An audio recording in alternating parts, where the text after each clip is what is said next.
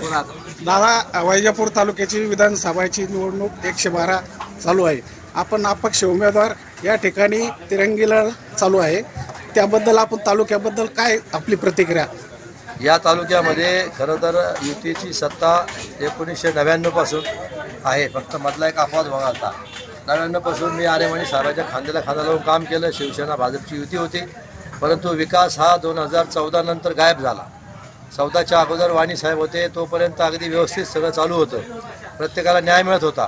परंतु 14 नंतर मात्र युती तुटली आमची आणि राष्ट्रवादीचं सीट निवडून आलं. त्याही काळात अतिशय बरबादी तालुक्याची झाली. 19ला युतीमध्ये पुन्हा शिंदे सेनेचं गटाचा बोरणारे सर निवडून आले, परंतु त्यानंतर सुद्धा तालुक्यामध्ये नुसता कागदावर विकास झाला.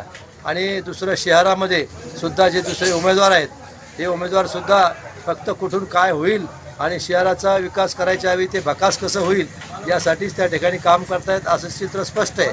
आणि दोन्ही माणसं स्वतःच्या हितासाठी, स्वतःच्या राजकारणासाठी सगळ्या मतदारांचा अनादर करतायत.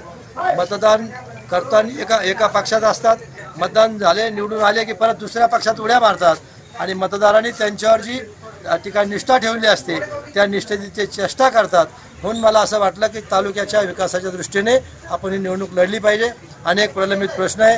गोदावरी उपसा जलसिंचन योजना आहे, आपला विनायक सहकारी साखर कारखाना आहे, मणियारची उंची वाढवणं आहे, हत्तीगोडा धरणाचं काम आहे, पुढे गुजरदरी धरणाचं काम आहे, इकडे उच्च पातळी बंधाऱ्याचं काम आहे. परंतु ती आपली जी MIDC लोटेगावची त्याचं काम आहे.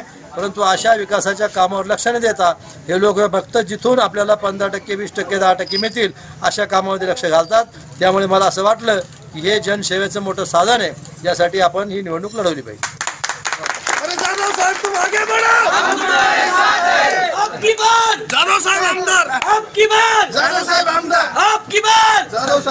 छत्रपती शिवाजी महाराज की जय भवानी, जय शिवाजी, जय भवानी, जय शिवाजी.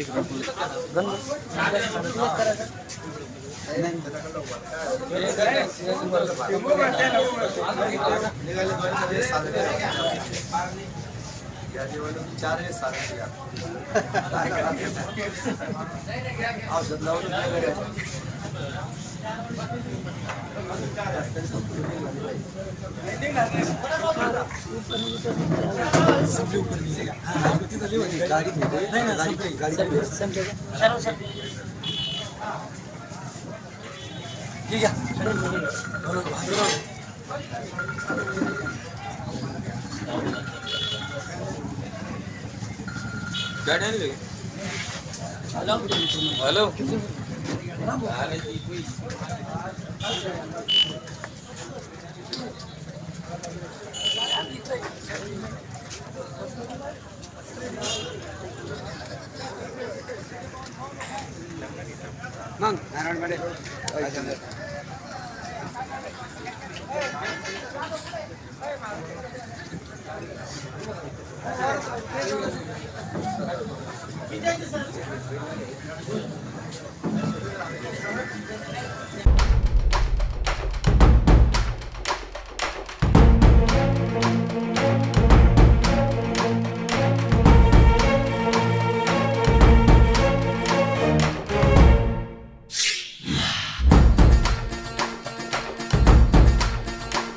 मन भवर उठे, दर सिहर उठे, जब खबर उठे के यहाँ भय सिंघम